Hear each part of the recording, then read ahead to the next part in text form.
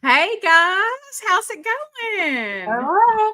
Still Hey, chewing my That's last good to see you my guys. last Yeah, piece of I'm cake. like, Lynn and I are actually eating. We're hoping that you'll forgive us since, this is kind of like a food-based stream. And it's a late lunch for me. I hadn't eaten yet because I'm on the West Coast, and so for me it's 2 o'clock. And so But I don't want to do any ASMR because, that makes me feel a weird way. yeah. So I was Does it just do that to you thinking, guys? It makes my stomach hurt. I haven't ever done the real ASMR before, so I don't know. what is that, if I may ask? I feel ignorant. Um, what does it stand for? It's like We talked about it's basically like when people do like this. it's the noises. Yeah. Oh, okay. So Gotcha. like, Okay. we're Yeah, not when doing You that, know, guys. it's We're a not doing world that. of acronyms, and often they have many meanings too. So it's What does like, it stand for, Lynn? I can't remember. autonomous sensory meridian response. Yes. Well, my So meridian response is nausea. it's nausea. Well, that's not good. That's not good. So, okay, so you can have eating sounds, ASMR eating sounds. Okay, Yeah. so we're going to give people some ASMR with our eating sounds. But I'm done. I finished Yeah, my I'm done. steak and I'm done chewing and All so, right, let's get to talking about this book. So this week we are on chapters 8, 9, 10, and 11 of Lies My Doctor Told Me by Ken D. Berry, MD. And it's awesome as always. What'd you guys think about this week? I was really, of course, it's a background with GI. I think I have a lot to say about chapter 9 in particular because of the focus of that chapter with nuts and seeds and diverticulitis. But no, I'm glad he did chapter 8 on exercise because that's a topic that, we think about. We're always talking about diet, and what we eat. But I'm glad that he brought in chapter 8, especially for me who hates exercise.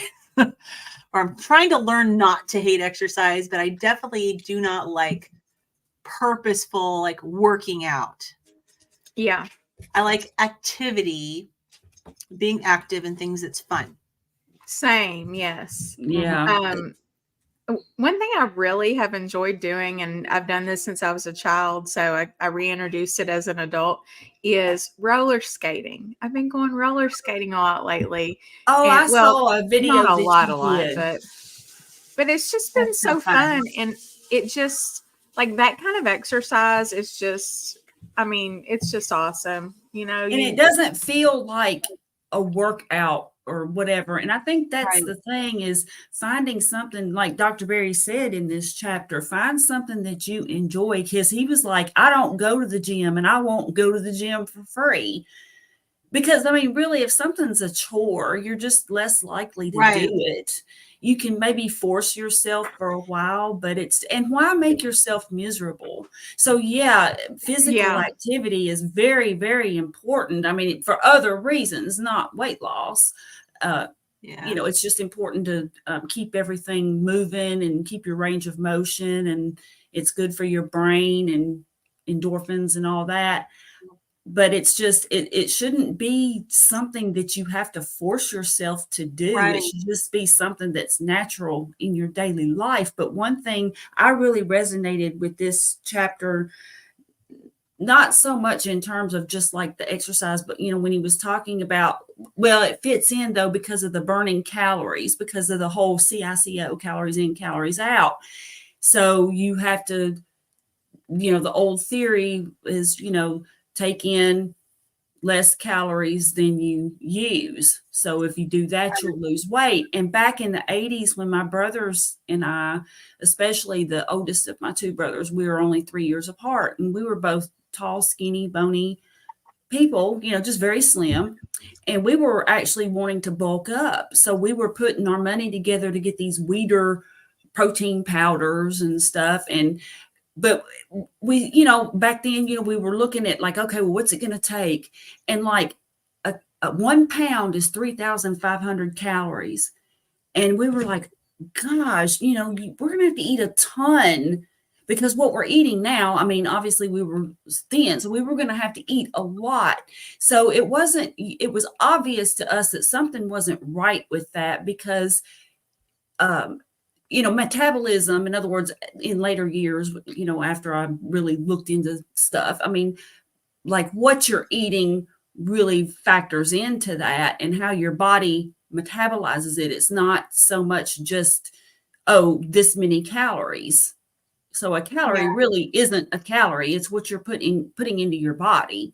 And I think those of us on this way of eating especially can attest to that, because and how much is absorbed of what you're eating, and how much is going straight through, because it's full of fiber, and it's, nutrients are getting trapped in the fiber and going straight through.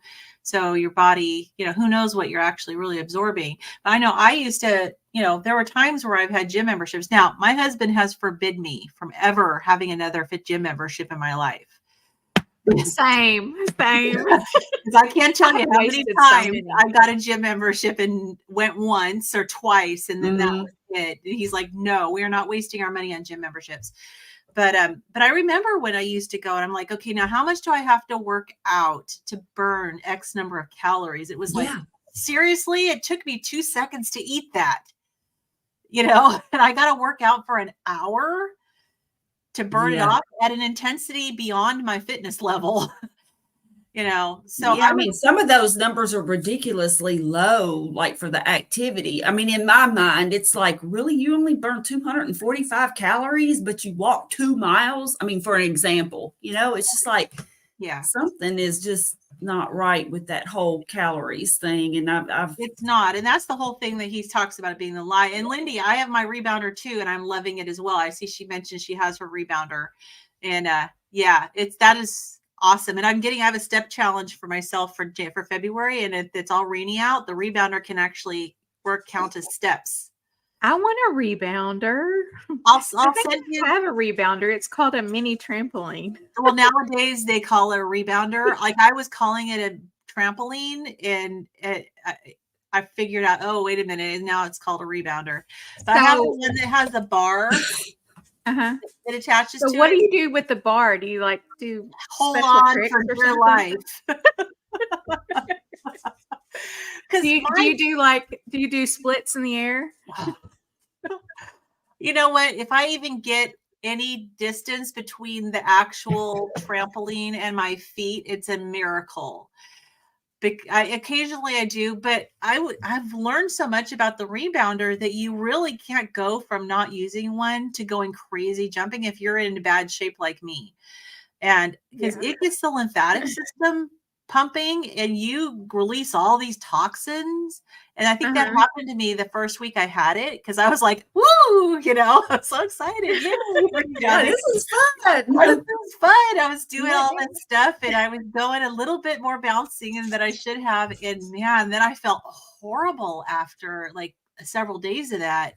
I was exhausted and achy and just felt like, and I figured out just through people like commenting on my channel, because I was like online venting about how horrible I felt. And they said, it's probably your lymphatic system purging. Yeah. Wow. So, well, I like to go to the trampoline parks with my kids, and maybe you can do not anywhere but there, but at the trampoline parks, I can still do backflips. Wow. Really? Like back layouts, back handsprings, stuff like that. You were a cheerleader, right? So you probably learned all that stuff. Yeah, my last actual back handspring was probably, I think I was probably about 25, or I might have been even 30. I was way too old to be doing that.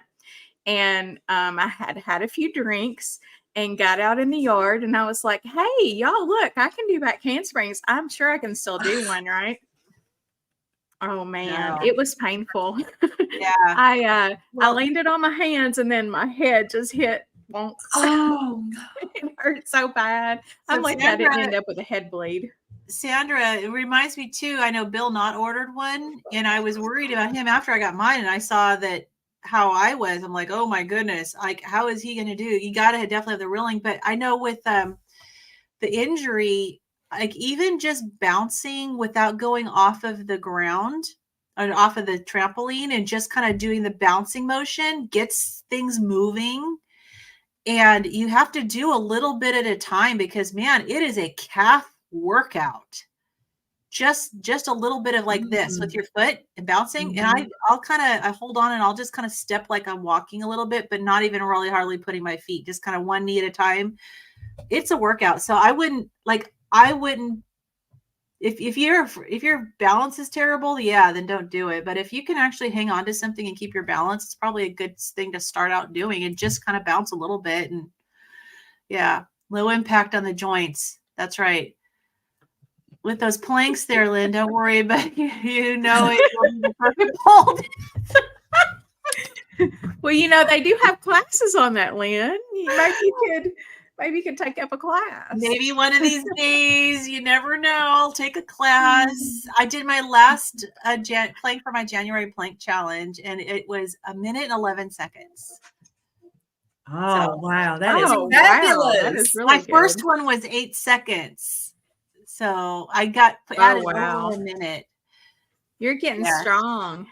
Yeah. So her feet don't leave the mat. Gentle bouncing, move her arms few minutes at a time. Yes, that's exactly what I do too. Because you just have to be so careful not to injure yourself. Not all of us are like Kim. Evidently, I don't know. Maybe I'm doing better than I thought. Yeah. Do you want me to read the quote at the beginning of the chapter? Oh yeah, I love this quote. Lovely. Okay, so this is a quote by Oliver Wendell Holmes, and he says, "I firmly believe that if the whole materia medica could be sunk to the bottom of the sea, it would be all the better for mankind and all the worse for the fishes." So he did not believe in our medical system. And then the lie for this chapter is, if you exercise more, you will lose weight. Mm-hmm. And I don't know about you guys, but I've heard that so many times from doctors and from health experts. From everybody. Yeah. But according to Dr. Barry, who dug in trying to find the research, he said that he came away empty-handed. But he also mentioned that that the doctors will even belittle you if you doubt that this lie is true, which is unfortunate. But I think one of the things for this chapter that really kind of jumped out at me was he on the common sense portion, because like you were talking about, Carrie, it intuitively seems like it would make sense that if you burn calories from exercise that you would lose weight and you end up with a calorie deficit, right? But he said sometimes common sense is sometimes wrong. And now I thought about it, and I don't mean to interrupt you, but this fits because I thought of it in the opposite way, in that exercise would make you eat more because, like, for example, you save up, like if you exercise or whatever, you are saving up, like, so you'll eat a lot later, for example. You know what I'm saying? So like if you do something and then you decide not to eat because you know you're going to eat later, it makes you eat more. You know what I'm saying? So it's like, or I just think it's the opposite. I'm trying to verbalize it in a way. But you're always looking at it from the perspective of someone who wanted to bulk up, right? Yeah. Yeah. And it was like, my perspective was always like, well, losing weight. So you got to burn calories to lose weight. But yeah, I can see what you're saying, that it could make you eat more later, and it could encourage your body to want to eat more later if you burn. Yeah, because when you expend energy and stuff, then you have to fuel it. Right. And so it, somebody that's sedentary might, if excluding the fact that you might be eating because you're bored or something, but I'm just saying, if you're not doing that much, you really don't have that need for much. but in general, but if you're active and stuff, then you're hungry, you eat more. Right. Like to people who like fuel. farmers and stuff that they like Mhm. farmers that are out there working, or ranchers, or people that have property and they're working and they're cutting, Yeah. wood, and they're doing all this stuff. They have these really amazing appetites, but they want the hearty food, right? And then they can Mhm. eat more, but then they, they get a lot of exercise. But that intuitively, though, you look at those people and you go, but they're not overweight. So it must be all this physical activity that's causing them to be lean. And that's what he's saying. There's no research to back that up. Mhm. So maybe what they're eating. Building your muscles though does increase your metabolism. Right. So I mean, there's some benefit to it other than, I mean, that could potentially lead to a little bit of an increase in weight loss, Yeah, and I don't know. I mean, it's just interesting that he said that he came up empty-handed when he looked for research. So I don't know. Maybe that means there really hasn't been a lot of research, and you can't find the research to back it up. But Yeah. but of course, he didn't say. Oh wait, no. I'm wrong here because I'm looking at this chapter, this section, but he says that more than 60 meaningful studies show very little benefit from exercise as a means of weight loss, losing weight. So I guess there is 60 studies at least. And maybe we're talking about like just eat whatever you want and exercise, Right, So- right. I think that like I was because talking very about few people can do that, I think. Well, and a lot of people who are really into exercise, they're also like drinking the green smoothies and doing the salads and all this other Mhm. stuff. It'd be interesting to see what would happen. And maybe the people like those farmers and ranchers that are out there, they're eating their bacon and eggs for breakfast. They're grilling their meat and stuff for their food. And maybe because they have they have a more higher protein diet, the exercise is more beneficial. They're getting those building blocks, all those Mhm. amino acids to help build the muscle and stay lean. So maybe a combination. I'd be interested to see if there was, a study. If a study was done on carnivores and exercise, if it might show something different. I don't know, but yeah. So, but I mean, not that he didn't mention that but it does have benefits. Like, Mhm. well, you know that he's not trying to say that there's no benefit to exercising. It's the lie is Yeah. specific to losing weight. Yeah. So, but Yeah, in other words, basically, if you just count your calories, it doesn't really matter. The lie is if you count your calories, it doesn't really matter what you eat as long as you are burning more than what you're taking in. right. That's the lie. Right, exactly. Yeah, so that's the lie. It's which is, goes back to Dr. Fung's book, the calories in, calories out philosophy is there's no science to back that. So, but yeah, so he did focus a lot on how his workout, he is just fun activities and, doing stuff on his farm and some running but things he enjoys. That's why I love to go geocaching, because it's fun. Yeah. And I've always wanted to do that. it's a blast. You just download the app and you just start doing it, and Yeah. kids love it. I might have to try that. I've heard of it, but if you download the app, you'll be amazed, and it'll hone in on where you live, and you'll be amazed at how many geocaches there are in your area. There's millions of them all over the world. And the free version of the app, there's still a ton. The paid version is like $40 a year, which we pay for because there's a bunch of extra, different kinds of geocaches. But when we started doing it, I just found that I was walking a lot more than I normally would, because there was something I was looking for. Like, and I'd be going up trails that I would never have gone up before, because I'm like, that's kind of steep, right? But I'm like, oh, but there's a geocache up there and I want to find it, right? So that's my favorite way to exercise, is to go geocaching when the weather's decent. So yeah, so if any of you guys watching like geocaching, make a comment, because I know it's it's a blast. And it's kind of a there has kind of a cult following, to be honest. If you start doing it, you'll realize how many people are out there that are doing it. So anyways, did you guys have anything else to comment on in chapter 8? No, I was thinking we could go to 9. Unless she has something. Cyber Goose says it's kind of like the Pokemon Go, except there's a real thing you're looking for. Yeah. But the general concept is the same. It's a GPS based, the app you use.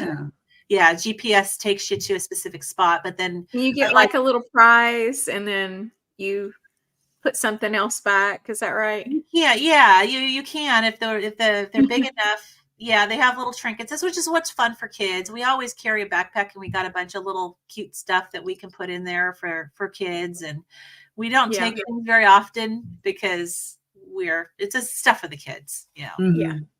But yeah, it's a lot of fun. So okay, so the quote on the next chapter: the specialist is too commonly hypertrophied in one direction. Oh, I've got barking dogs. Sorry. And atrophied in all the rest. Martin H. Fisher. Yeah. So basically meaning that they are too honed in on their specific area, and they lose their knowledge in the other broader areas. So, okay. So this is the one that I was excited about because of being a GI nurse. Yeah. I figured. Yeah. It's like, so nuts and seeds don't cause this problem. So the lie is eating popcorn, nuts, and seeds will either cause diverticulitis or cause your diverticulitis to flare up. I was surprised by this chapter because this specialist that he talked about how he sent this patient who had recurrent episodes of diverticulitis to the leading gastroenterologist in his area where he lived, and this GI doctor told him to avoid the popcorn and the nuts and the seeds. Now, he mentioned this was in 2012 that he sent this patient, but this JAMA article, the study that was published in the Journal of American Medical Association, was in 2008, showing that there was no evidence for that being a problem. It's funny because I knew that this was not true because the gastroenterologist that I worked with knew this.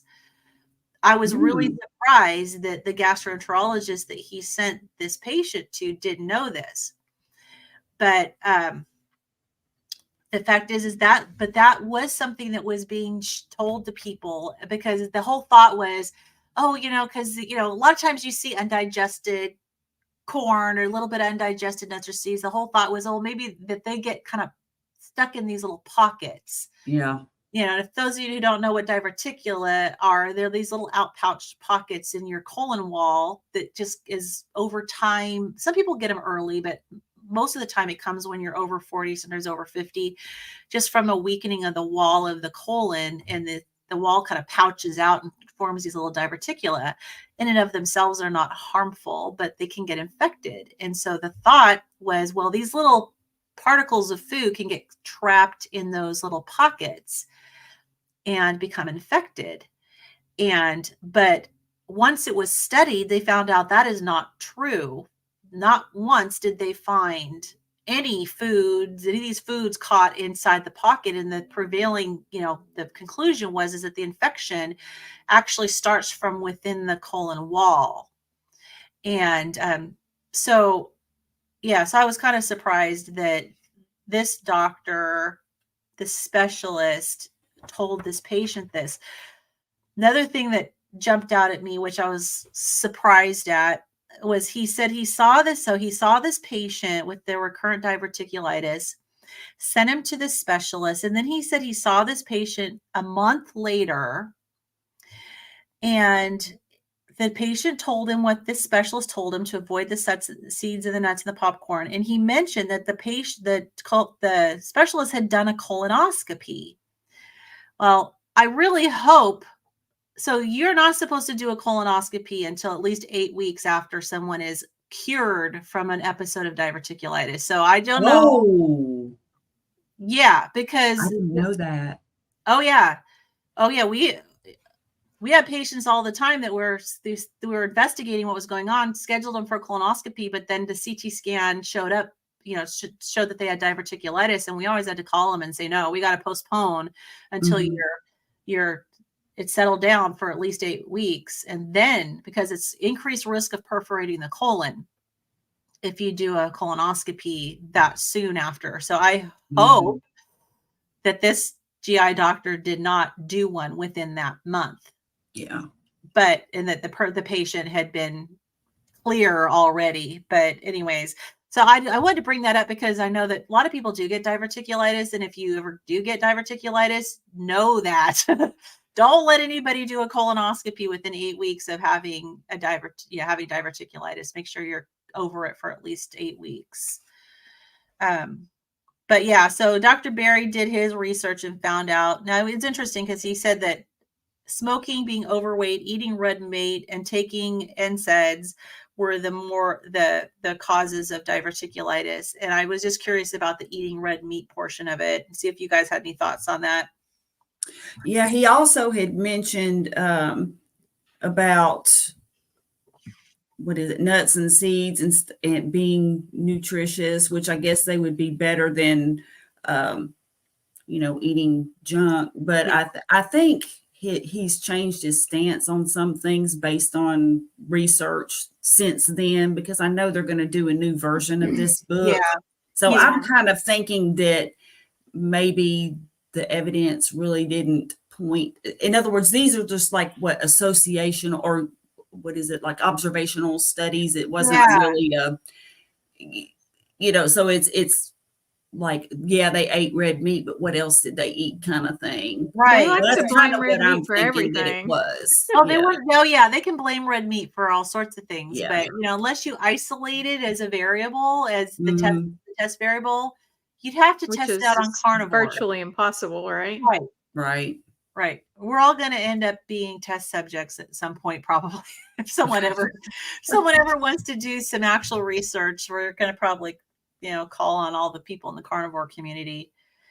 But yeah, so I mean, of course, so I was particularly interested in this chapter because of the background working in GI, and just was kind of really alarmed at the things that this particular specialist said. Yeah.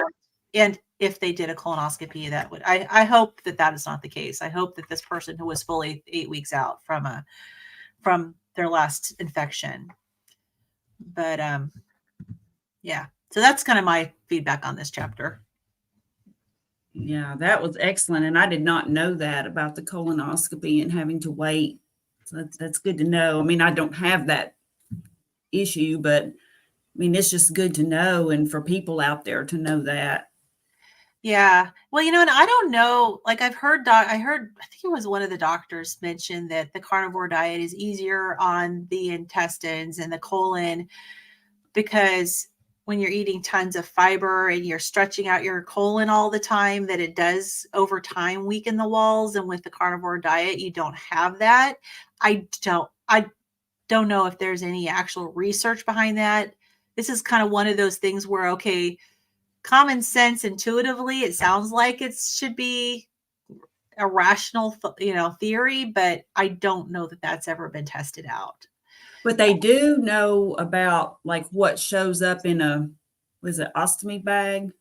Like, people Yeah. who, in other words, it's always plant matter and stuff like that. There's never been, you never seen meat because most of it is taken care of in the stomach. A vast majority of it. And most of us is, are from what I carnivores. understand. Yeah, Yeah. I mean, the stools are smaller. They're Mhm. less frequent when you're eating just meat. So, so I mean, and so intuitively, but then he did talk about how common sense isn't always right. So there would need to probably be a study to, which I don't think that's going to be done. I don't think anyone's going to study carnivores over a lifetime and figure out if they have less incidences of diverticulitis. Maybe eventually. Maybe eventually, yes. Or maybe there'll be enough of us that there could be some retroactive studies. People that have been carnivore for decades. Mhm. Yeah. Yeah. But yeah. So in the meantime, it's a take away just another thing of where the doctor isn't always right. Yeah. All righty. You guys ready for chapter 10? Yeah. Yeah, let's move to chapter 10. All righty. So this one's about men. Will this give men prostate cancer? So his quote said, formerly when religion was strong and science weak, men mistook magic as medicine. Now, when science is strong and religion is weak, men mistake medicine for magic. So it's the opposite. So back then it was the snake oil salesman, and people would think that it was the magic is medicine. Now they think that medicine is magic. So the lie is giving testosterone to men causes prostate cancer. Of course, that lie didn't really make That's- sense to me anyway, because that testosterone is just a naturally occurring thing in a person, in both males and females. So, but I mean, this is about men. So it's like, why would your body, like, why would cancer build for having testosterone? You know, even though I know that they're talking about like medication, but still, it's like, unless it's a fake medication. But I mean, if it's like, what is the desiccated hormone, then I think it just didn't make sense to me why the body would reject that, or why that would cause a problem. Well, and he did talk about how the support for the lie was based on one person. Yeah. I mean, originally, some of this is three just people. so hard to believe. You know, one researcher and 3 people. Well, and he said that and actually only 2. Well, yeah. So he said that there were three men in this study, and it started out with dogs, that they were looking at dogs and because dogs are other than people, are the only animals that have trouble with their prostates. And he goes, perhaps related to the processed food diets. That's interesting. But they found that when they castrated the dogs, their prostates shrank, and that it was the same, I guess, same thing happens with human beings. And then this Dr. Huggins decided, this is in the 1940s, decided to look into it with human beings. So he had 3 men. One of the men, 3 men received testosterone injections.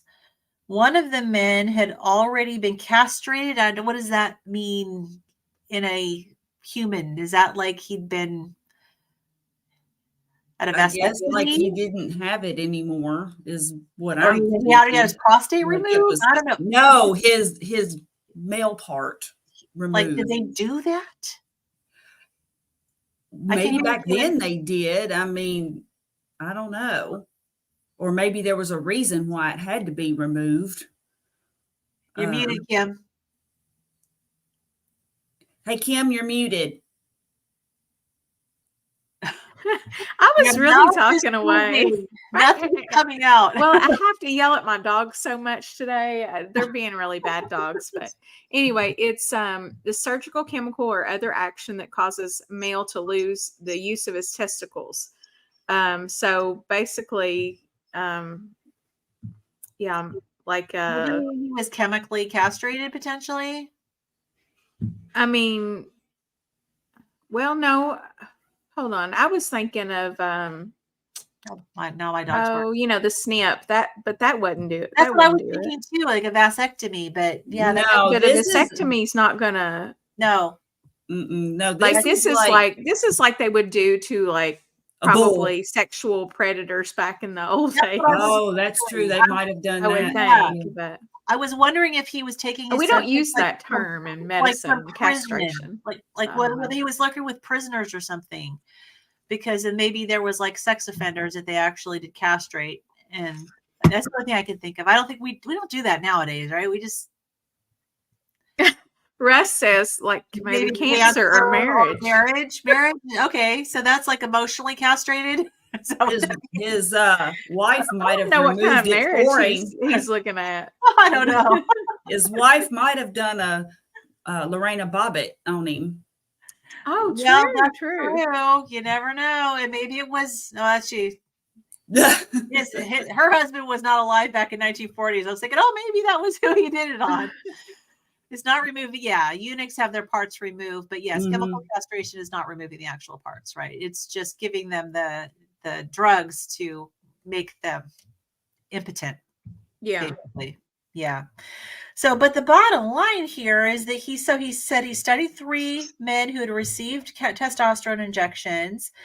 The report itself only addressed 2 of the men.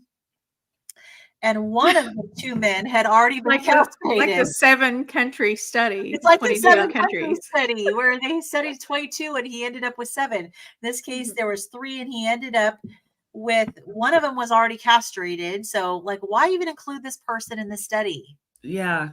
Like, so he said that the lie about the connection between testosterone and prostate cancer is based on the results of one patient who had already been hormonally manipulated. It just seems like a big game of telephone that we do in medicine sometimes. You know the game of telephone that you played where everybody would whisper and then you get back around and it'd be something completely different. Mm-hmm. That's what it feels like. It's like, hey, I'm a doctor. I'm going to tell all my colleagues and put it in this paper that this is the cause of this. And so then everybody just believes it and changes it a little and just does. I mean, what? Yeah, well, and then we have like on nothing. We have treatments actually based on the lies. It's just so what? Well, or even the fact that it leads to, they've made a link between the low testosterone and increase in prostate cancer, but yet the solution is not to give them testosterone so that to prevent them from getting low. What I don't understand is why would giving women estrogen or men testosterone be harmful? Like that has never made sense to me. Like that's literally what we have. Well, he emphasized that's what we're supposed to have. Bioidentical. Yeah. As opposed to synthetic. Which I have heard recently from more than one doctor that bioidentical is a marketing term. Is it? I'm so confused. Like, because seriously? If that's a marketing term, I'm looking. I kind of don't believe, like, these are not necessarily doctors that I trust that said this. So I think that that's what they've been told, that that's a marketing term. Yeah, so that they can prescribe they can prescribe the medication that's made and formulated and not truly, bioidentical, that's made in a factory, and the drug companies can make more money. Right. Because that's what everything's about. I mean, I hate to be pessimistic like that. I'm not a pessimistic type person, but I mean, the more you look into this stuff, the more it goes back to the money, back to the money, back to the money. So this is the Mayo Clinic website. So according to the Mayo Clinic website, there's bioidentical and then there's also natural. So bioidenticals is just hormones. The hormones in the product are chemically identical to those the body produces. Now, it doesn't say the whole product is chemically exactly the same, but the hormones in the product. So it makes me think there's probably other added stuff in them. And I don't know. It's all so confusing. And then you go to the doctor and they won't even test your hormones. My doctor refused to test my hormones. She said, oh, no, I can test it now. It might be down and then it'll be up next time you get it tested. And then I got this beauty for nothing. That happens to me all the time. Didn't even do a CBC and a BMP. That is ridiculous. Is that not, Lynn, is that not basic? Like everywhere standard basic labs for annual labs? Yes, it is. Isn't that crazy? Like I thought that was standard. It is. Yeah. Even I know that, and I'm not in the medical profession. You know what they did on me? They did what they wanted to do, which was their, stupid lipid panel that I gave a crap about. So they did that, and then they did. I requested a vitamin D level and a B12 level, and then I requested thyroid, like a full thyroid panel, because I've been having some symptoms of some dry skin and a little bit of hair loss, which those, it's kind of vague. It could be from a number of things, and but I'd had some other symptoms a while back of sort of autoimmune type stuff. So I keep thinking, I hope I'm not getting Hashimoto's. And so I had to argue with him for 10 minutes about that. And finally he relented, and said, okay, we'll go ahead and do that. But then he doesn't do the basic stuff, like just, and then he sends me this message that says, oh, this is this, and if you have any questions, let me know. I'm like, okay, I have a question. Where do I let you know? You can't even, in the app, you can't even send him a message from that message he sent you. I'm like, what the hell? Yeah. So finally I find a way to send the doctor. I find a way to send the doctor a message, and guess who answers me? It's not the doctor, it's the nurse. And he says, it doesn't look like they did CBC or BMP. And I'm like, are you kidding me right now? Like, is this real life? So they didn't even do the bare bones basic the lab? bare minimum. And I told him, I said, I'm only here for the labs. So skip the statin talk. I'm literally only here for the labs. And so they didn't do that. It was almost like it was a big joke. Can't your functional medicine doctor order labs for you? Can they? Yeah.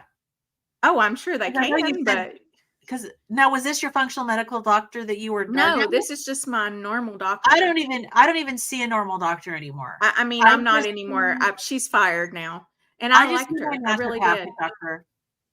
Yeah, but see, they're so expensive. Like, if I go to a functional medicine doctor, basically the fees equate to about $300 a month. I'm not doing that. Well, I have no reason to do that. My insurance plan covers naturopathic doctors. So, I mean, and I was part of went to a group, and they use the same billing codes as a regular doctor's office, and they can bill just for a regular office visit with the same ICD-10 code, and it gets paid. So I didn't have any problems in that area. But yeah, the basic. Well, I may have to look into it. Yeah, I would call around and see, because the ones that I've went to can bill just like, and if they're part of a group, so you're less likely if you find someone who's working independently, because it's hard for them to do billing. But if you can find an actual group, you're more likely that they'll have a billing person that will actually bill your insurance. So, but I'm just going to do the own your labs thing, and I'm going to order whatever labs I want, look at them, and then as long as I don't have a problem, I'm just going to, I mean, they spent 15 minutes talking to me about why I didn't have my mammogram the last 2 years, and why I haven't sent this box in with my poop so they can see if I, if I have colon cancer, when I have literally no symptoms whatsoever and I have no family history. I just, and the test, I told him, I said, you have to realize, what'd you say? The test doesn't even tell you for sure if you have colon cancer. So exactly. And and it has a lot of false positives. Yeah. So, I just don't like, I told him, I said, I know that I have a right to refuse whatever medical treatments that I want to refuse. And he just looked at me like he couldn't believe I was going against what he was recommending, Yeah. Well, you got to be careful nowadays when it comes to, you got to be in charge of your own health. That's for sure. Oh, and you know what he said?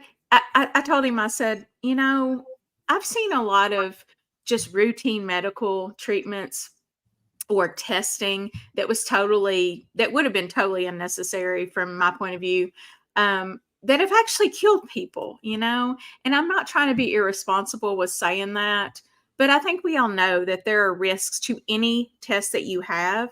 And he says, oh, but the risk is so small.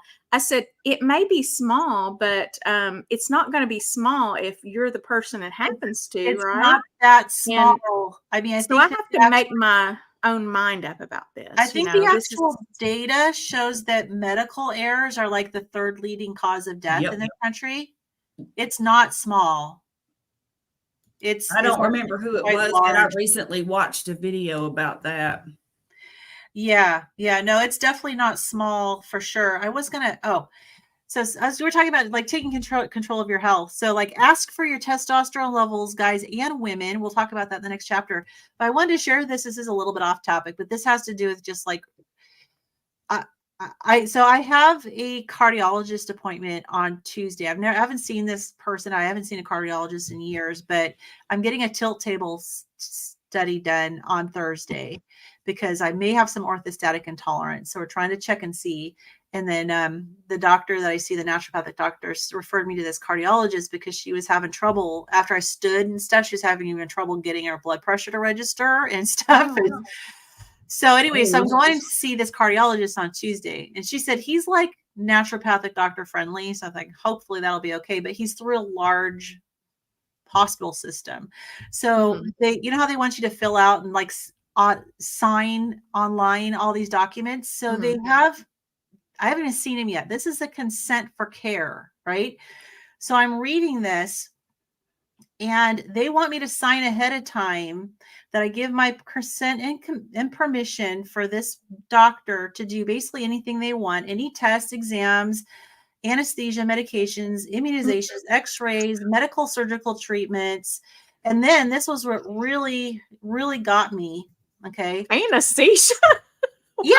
Like, no, I'm not going to sign my life away to you. Oh And then here's what gosh. he says. So he says, I understand my healthcare team consists of physicians, nurses, and other healthcare professionals, including those in training. And then here's what got me too. I understand that my care is under the control of my attending physicians who may be employees of blank health independent physicians. I'm like, no, it's not. Oh my God. No. I understand that my care is under the control of my attending physicians.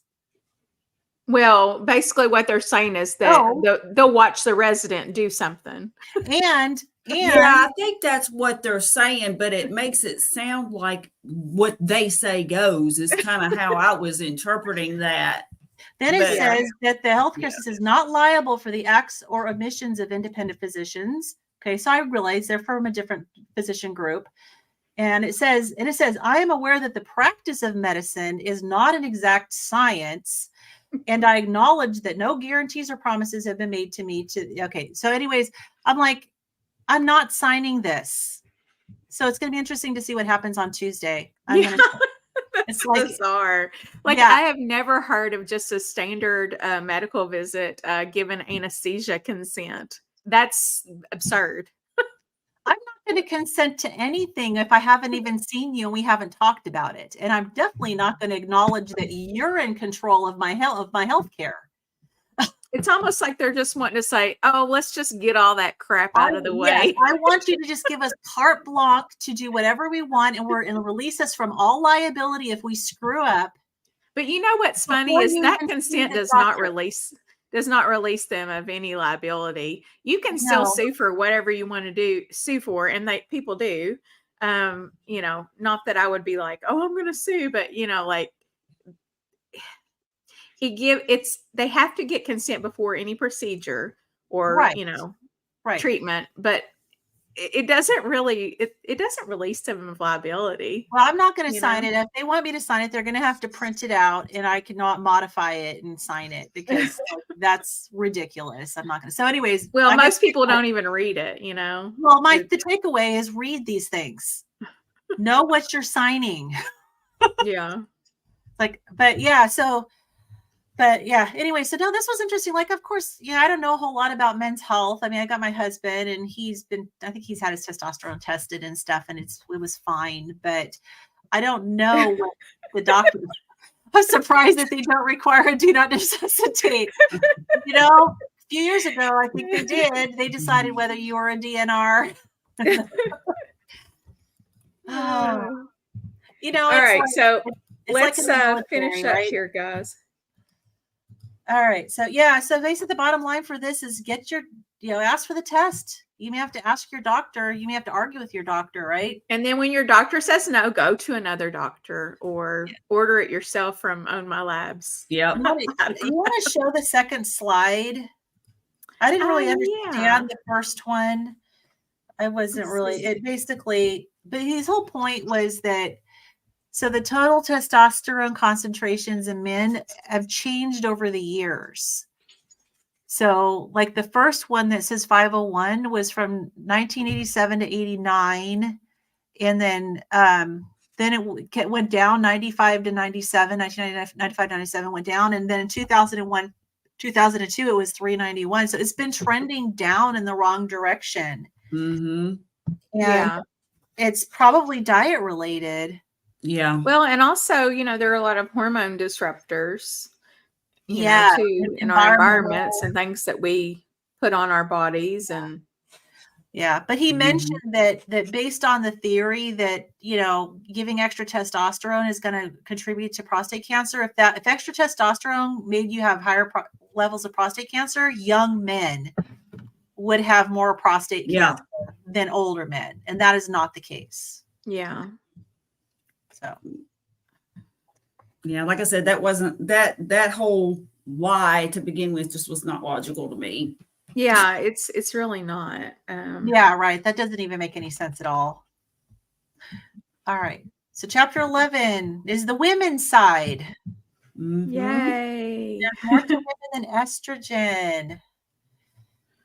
So, all right. So the quote is from Voltaire. And it says, doctors are men who prescribe medicines of which they know little to cure diseases of which they know less in human beings of which they know nothing. Yeah. So apparently that's been true for a long time, not just now. Yeah. I just have to add a little commentary to this. So, we really can't blame them for this because, they're, the medications that they're giving, unless they took it themselves, how would they know what it actually did? Mm-hmm. And, I just have, I've discovered that on my own, being a nurse, I would give all these medications my whole career. And I'd be thinking, oh, this one's harmless. It doesn't do anything. It's not going to hurt you or do anything. And then I would get that medication and have to take it on my own, or I'd go through a certain procedure or whatever. And I'm like, oh my gosh, like prednisone is the devil. Something you think is so just benign and like, oh, it's just going to help them. It's not going to make them feel any kind of bad way at all. Mm-hmm. And then I took prednisone for a while and I'm like, oh, good God, I turned into Satan. And it's very individual when it comes to something like prednisone. Yes. I had to take prednisone when I first had my first mast cell real bad attack when they took me to the ER. Mm-hmm. I felt amazing. You feel amazing until you take it away. Yeah, but I only took it for 5 days. Yeah. Yeah. I mean, when you're on a longer course, but I dealt with people on prednisone all the time because I was dealing with patients with Crohn's flares, ulcerative colitis flares. And there is a subset of people who have really severe side effects, like what you experienced. I mean, I had this guy who said, I really don't want to go on prednisone again, but I know I really needed to get this flare under control. I'm going to have to go stay somewhere else because I'm afraid I'm going to hurt my wife because of how it put him in a rage, and it can do that. So I believe it. The way it made me feel there was two things I really did not like about it. One was when you're on it and you're feeling really good, it's when you're on the higher doses, you're feeling really good. It's like you're just ravenously hungry. Like I was just ordering Chinese food and just like I wanted one of everything. And then when you're like the taper will make me feel weird. Like, so when you start tapering down and it's, you're tapering, but I mean, I don't know. I don't remember all the details because it's been a while and I've just never taken it again after that. Thank goodness. But man, it just made me feel so irritable and just mean. Yeah. Yeah. So, well, now you know that's what prednisone does to you. So Yeah. we hope And I you mean, won't need it but again. you don't know. Like, in all fairness, you don't know. And people can't just go around taking medications for no reason, you know? Yeah. Well, and we So, know that the medications, we know that medications work. I mean, when you're working in an acute care setting, I mean, yeah. you And know, you give, some are very necessary, you like, you know? give someone Lasix and you see it works. Yeah. You know, there's no doubt that it works. Yeah. And I people are mean, we're by no concerned. means saying, oh, yeah, medication's evil. You know, Right, right. sometimes prednisone is absolutely essential, Yeah. Mhm. you Oh, know, and for you can treatment. you can see medications, you know, helping people get out of a dysrhythmia, and you can see it, all these medications that we use in an acute care setting, but it's different than medications that you use, like if you just have a chronic illness. You know, and you can handle dealing with some side effects when you're dealing with a life-threatening situation. So the problem is, running tap, is that these medications have different effects on everybody, you know? Yeah, So, I mean, there are very few that you could just call all across the board bad, you know? yeah, Um, and Yeah, it's then like diet, unfortunately in really. our system, in our sick care system, that's what doctors do. They give medications to treat conditions. You know, I want to be part of a wellness system right, Mhm. myself, right. you know, And as the patient. and it can be as specific too, like, even let's talk about like over the counter medications even. There are people who do fine with a brand name and don't do well with a generic. Oh yeah. You know, Yeah. it can be that individual and that specific to you as far as how you handle a medication. Somebody else may be perfectly fine with it.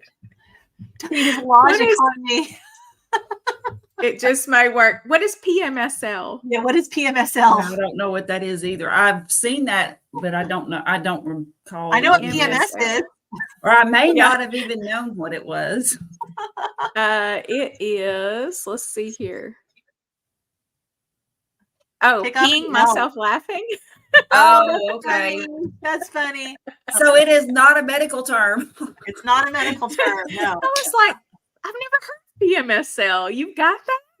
funny. So it's kind No, of I like mean, that. and I'm not Okay. trying to, I'm not trying ROFL. to, say anything like, criticize you or anything like that. It's just, when I say things, sometimes I'm speaking to myself as well. I'm like, we can't overgeneralize, Yeah. Well, but we're talking as nurses too who've worked, yeah. work in And the we have a system. responsibility as nurses to not, like, I have to watch what I say because, you know, Yeah.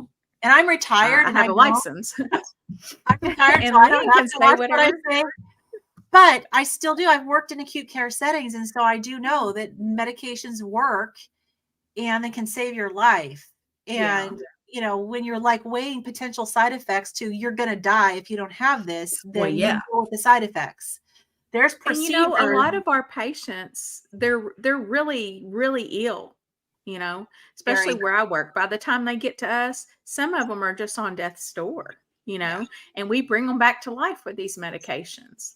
But when Oh, we're talking about outpatient stuff and am I willing to do this or do that test, take this medication, that's me, number one. That's my one body that I have in my one life, yeah. and I make decisions for me, Yeah, definitely. And sometimes you never know how someone's going to react until you take it. Yeah. But so the lie for women is menopausal women usually don't need progesterone, and they definitely don't need testosterone. If they need anything at all, they need only synthetic estrogen to control hot flashes. So that is the lie. And it made me think because my doctor tests all my hormones, and it's like I'm 55 and I'm still not in menopause. Mhm. I'm not complaining. It's like, but I'm like, so I haven't paid too close of attention for myself on all the different female hormones. And I totally get the fact that you associate progesterone and testosterone as a male hormone, but his point is it's not. Females produce testosterone. He said they need like 1/10 of what a man needs, Mm-hmm. but we still produce testosterone And what did he say, that there's testosterone receptors in our heart and different parts of our bodies? So like, Yeah, and progesterone in our brain, progesterone receptors in our brain. So what's crazy is they always tell women who have had hysterectomies, you don't need progesterone because that's just for your uterus, but it's not. So now I'm really confused about that. I'm going to have to look into that. You want to tell the story he told about women and hysterectomies? Did you were reading that? Which part? So support for the lie. Like you can go ahead. I can read it. I can read it. So he says that women have unwittingly drawn the short straw as patients for hundreds of years, which is true. Then he brings up this example. Oh yeah. Hysteria, I remember now. Yes, hysteria and hysterectomy have the same root which is from the Greek word for womb, or hystera. In the past, doctors thought that a woman acted too hysterical outside the social norms of the time, and it was because the uterus was wandering through her body and making her crazy. The solution was for her to have a hysterectomy, or surgical removal of the uterus. He says, no, I'm not kidding. That was the standard of care for medical diagnosis and treatment for years. The smartest doctors and experts in the country at that time agreed on this diagnosis and treatment plan for thousands of women. Keep this story in mind when your doctor tells you a medical lie and then says that all the experts say the same thing. Mm-hmm. I was blown away by that story. It's like, so yeah, consensus does not equal scientific fact. Right. Exactly. Truth. Yes. Yeah. And then another thing that he was talking about too was about the poor treatment women have received about the testosterone. And there was a medication that was given to men, and they found that it was toxic for the liver. Yeah. And so they stopped prescribing it to men, but they would still prescribe it on occasion. I mean, understanding those that a lot of them didn't even prescribe it at all, any form of testosterone. But when they did, it would be this drug, so it's like, what's the deal with a woman's liver versus a man's liver? Right. Our livers don't matter. Right. Don't matter. So that drug was methylated testosterone. Yeah. So you guys out there, or women, it is part of a combination pill called estrogen. Yep. It's combined with estrogen and this methylated testosterone. Mm-hmm. So yeah, they stopped giving this to men because of the effects on the liver, but they have it still as part of this combo pill for women. Mm-hmm. So apparently women's livers either function differently or they don't matter. That was really shocking. Yeah, I think they just don't matter. I just think they don't matter. Exactly. Yeah. Oh, healthcare equity. Thank goodness it has improved a little over the years. Well, and so thinking about it too logically, part of me wonders, and this wasn't addressed, and if we ever got a Q&A with Dr. Barry, I might ask him this, but is it dose dependent? I'm assuming they're not giving women the same dose of this methylated testosterone as they would give men. That's a good question. Well, that's probably true because women would need less of it. Yes. So, and there are a lot of medications that can affect you negatively at a higher dose that are safe at a lower dose. So my thought is I feel like I need more information before making a judgment call on this one. Because if it was 1/10 of the dose they were giving men, then maybe it's okay. Yeah, but here's the thing. If women need less, I mean, like, in other words, if you were giving men the amount that they needed, which obviously they need more, and it was toxic to them, but women need less, I'm just thinking that it could possibly still have a bad effect because women would need less of it to begin with, but I mean, that may not be good logic. It's just maybe it's like a little bit of rat poison is okay, you know? It could be. Or maybe that rat poison builds up after time too. Yeah. I mean, well, there's definitely a lot of medications that are safer. Like Tylenol is a good example. Right. It's a simple example that everybody can relate to, right? Mm-hmm. You know, under a certain dose, Tylenol is okay, but when you get too much, you can cause big problems with your liver. So it may be that it's dose dependent. Yeah. And the doses they were giving men were just too high for their liver. Okay, so I know Carrie had a hard stop for 6 o'clock. Well, for on the hour, whatever time zone you're in. Yeah, so I'm gonna have to scoot. You want to do more chapters next week? Yeah. So 12, 13, 14, 15? Yeah. 12 to 12, 15. 13, 14, 15. Yes. Yeah. Okay. So do you want to carry on for a few more minutes, Lynn, to wrap this up? Yeah, you and I can wrap things up. Yeah, Okay. I'll just leave it going like I did that other time, and I apologize for that, but no worries. I can't stay happens. long. The boys have their lesson this week, so yeah. All right, so I'm just going to go ahead and turn my camera off so you're not looking at a blank room. Okay, bye, Carrie. Good to see you this week. You guys have a great rest of the day, and I'll be seeing you next week. Yeah. Okay, see ya. Bye-bye. Bye. All right. So let's see. Anything else you want to talk about estrogen other than the takeaway, which for me was get your testosterone and progesterone levels checked, not just estrogen. Yeah, I'm just wondering, like, this is just a kind of a selfish topic that I'm bringing up right now, but I want to know about my own. Like, who do I need to go to? Who do I have to know to get mine tested? And to actually maybe get some replacement if I need it. My naturopathic doctor tested mine. Yeah. Well, I'm going to have to look into that. How did you find that doctor? So this will be a plug for anybody who's in the Washington, the Pacific Northwest area. But in the city of Everett, there is a group called Purity Health. And they're all naturopathic doctors. Now, there's more than one here, and it may be that it's more of a West Coast, like there may be more NDs in the West Coast. I don't know. But because we're kind of alternative general on the West Coast. But yeah, so they're called Purity Health, and but they have a whole group of doctors and all naturopathic doctors there. So it's a good place to go if you want your insurance to cover it, because they'd have a billing person that will bill your insurance. Okay. Well, I'm going to have to do some Googling. Right now, I don't feel the need for any doctor at all. Yeah. And I'm just like mad. Like, I'm just done. I would too. I mean, I'm like so mad. Like, I feel like writing a nasty, I mean, it's not my personality to do that. Like, I'd rather just vent about it and then just, okay, whatever, I'm over it. Yeah.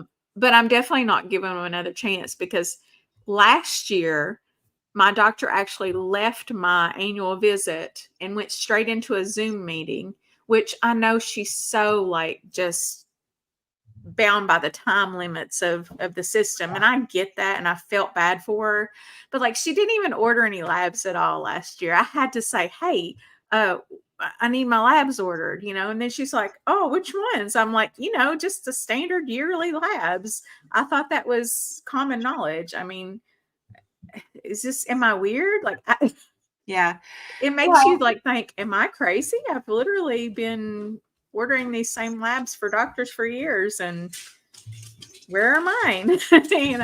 Yeah. So does your doctor just order a CBC and a CMP or a BNP? So normally CBC, BNP, MAG, let's see here, B12 and vitamin D upon request, but those are the ones I get. I'm sorry? They order magnesium? Well, yeah, that's pretty standard. My doctor would never order a magnesium. Really? Yeah. Well, which doesn't make sense to me because, so my doctor would order a CMP. So you got a basic metabolic panel. My doctor would always order a comprehensive metabolic panel because that actually includes liver enzymes too. And sometimes they will, but I mean, I'm like, but it doesn't include basic magnesium. So like for those of you who are interested in magnesium and your doctor says I got labs. Well, if they order a comprehensive metabolic panel, it doesn't include magnesium. So you got to ask for that separate. At least I mean, one mine checked. In the hospital, it's pretty much CBC, BMP, MAG, and ionized calcium. Those are the ones that we get on almost every patient every day. Yeah. And INRs and a lot of times. checking their I mean, clock. that's just dependent on their diagnosis, Yeah. but that's just It's a standard basic. on almost every patient. Yeah. Yeah. So so my doctor did test all these things for me, and which is how I found out that I'm not in menopause yet. I don't know when I'm going to end up in menopause. Like my Well, mom was 50, but might be a while. my sister was 55 when she went into menopause. So, Yeah, Susan, her doctor actually orders the labs ahead of time, so they can actually review them with you. I mean, what a concept. yeah, I just wish I could get some, period. There's a plus and a negative to that. If you're like Kim and probably me, where you end up with a bruised, arm where you have all your needle stick, is like they'll order the basic labs, but what if you need more? Like then you got to go back. Oh, yeah, I see that. Okay. Yeah. I wouldn't think of that, but I haven't really worked in an outpatient setting, so I could see where you coming from that setting, you've probably dealt with that a lot. I mean, it's good. I think in general, I think that's great. I think it Yeah. is really good. And I think in probably most cases it's nice. I'm just coming from somebody who's a really difficult stick. It's like, oh, if they ordered more, I'd be like, really? My Yeah, bruise. I mean, I'm not an easy stick, obviously, but she did a little bit of digging there, so I'm not surprised. yeah. It's, I've had I've had three kind of four minor surgeries, but two were kind of like investigative. But both of those times, I remember it took 3 people 45 minutes to get an IV in me. Oh my gosh. You poor thing. I know. I was poked so many times, and they were like, "Oh, do you want us to use lidocaine?" No. Lidocaine burns, and it's an extra poke. Just do what you got to do. Yeah. Oh my gosh, that's awful. So, I always say though, I have stuck so many people, and I've had to stick so many people multiple times over the years. I'm just like, take your time. Don't worry about it. It's no big deal. I deserve all of it, I'm sure. Oh yeah. Yeah, me too. It's paybacks. I can handle it. Don't worry about me. Just, and even if they're like, "Oh, I know I'm not supposed to fish around for the vein," I'm like, "Fine, fish," Yeah. Like I just tell them, like, just take your time. I'm not sweating it, and I'm very easygoing because, I know how it is when somebody says, "You got one stick." You're like, "Well, buddy, you just ruined it right there." Yeah. Now I'm definitely not going to get it. Oh yeah. You want to put the person sticking you at ease. That's right. That's right. Definitely. So, okay. So, all right, let me see if there's anything else we need to talk to about this. I think we're about to the end of the chapter there. Yeah, so he did talk about, so he said that researchers did just enough research to show the synthetic estrogens in products like Premarin are sufficiently safe for the FDA to approve the pills. After that, all meaningful research stopped. Yeah. Yeah. And I didn't like the wording there. Like, I'm not his wording, but just, the drug company's wording. They're not the most trustworthy. Right. He said there's sufficiently safe. Exactly. It's basically, it's not going to kill you, so therefore we can give it to you. It's not going to put your organs into failure. So he said there are many studies sponsored by Big Pharma that demonstrate that one fake estrogen is better than the other. However, no studies have been done to compare synthetic estrogens to bioidentical estrogens, although this research should be at the top of the to-do list for doctors in this field. So, but yeah, so it's interesting. He said even now, most doctors tell their patients that progesterone acts only on a woman's uterus. If she doesn't have a uterus, they say she doesn't need progesterone. Yeah. Yeah. So he says we're to assume the progesterone receptors in a woman's brain were put there to serve no purpose. And that we have testosterone receptors in our hearts and our brains. So obviously we need progesterone and testosterone as women, as well as the estrogen. So I've heard, I don't know if this carries out for women, but I've heard from a lot of people in the carnivore community that the carnivore diet increases testosterone in men naturally. Have you heard that?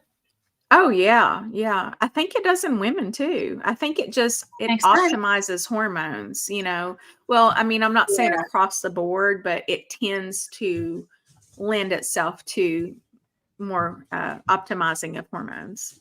Yeah. And Yeah. I mean, you can feel it too. You can tell when you start eating this way, and it's just, any sleep problems that you have, any hot flashes, anything like that I have when I'm eating just carbs and junk, it goes away Yeah. completely. And I've tried it on multiple occasions. I've, done tests on myself. I'm always doing that. And it goes away. I Yeah. mean, you wouldn't think, like, I understand how a person, just a normal person watching this, is probably like, just eating meat, that can't be good for you. I mean, I get it. It doesn't sound like it would be because we're Right. programmed to not think that. Right. But yet you have to look at, if red meat were bad for us, we wouldn't be here. Right. We as a species would not exist. Because that Our would be diet. ancestors ate a heck of a lot of red meat. Yeah. And there wasn't a lot of these modern day diseases at that point. So, Right. Right. that's just common sense. Exactly. So the takeaway, one of the things he says is, if you're a woman, and he says older than 35, and you have fatigue, anxiety, insomnia, and or depression that's plaguing you, ask the doctor to check your hormone levels when he's checking all the other labs. And so make sure it's also testosterone and progesterone. Yeah. And yeah. So I know he says, ask, if he doesn't include testosterone and progesterone, ask him why. If he tells you that a woman doesn't need testosterone, or worse, if he says that it's a male hormone, let the eye rolling and walking out begin. And you can also give him a copy of this book. So, Yeah. but yeah, so he says he makes sure his wife, Nisha, is, getting her hormones checked. He says he feels it's his responsibility as a husband and a doctor to make sure she's. I thought that was so sweet. I thought that was really sweet too. Yeah. I adore Dr. Berry and Nisha. And I don't want to say Nisha more than Dr. Berry, but I relate to her and I like to watch her stuff. And I told him jokingly when I met him for the first time in Louisville, I said, tell Nisha that the only person that I wanted to meet more than you was her. So, but anyway, all right. So have we about wrapped up that? Yeah, we wrapped it up. So we're going to do 12, 13, 14, and 15 for next week. And the chapters are small, so I think the 4 chapters was good. Yeah, I think so. And just real quick, if anybody wants to follow any of us on YouTube or just check out our channels, I am Nurse Kim. I'm at Nurse Kimberly Lane. Lynn is at Midlife Carnivore, and Carrie is at My Metamorphosis with an O in the middle. And just come check us out, and we'd be happy to have you. Yes. So thanks for being here, guys, and thank you, Lynn. Thanks, Carrie. Yes, and thanks to Kim. Kim is our official host. So official club. Yes, so thank you, Kim. I'm official. You're official. That's right. All right. Well, I got to get these boys to their band practice. Yeah. So we'll see you next week, guys. Yeah. Bye. Bye.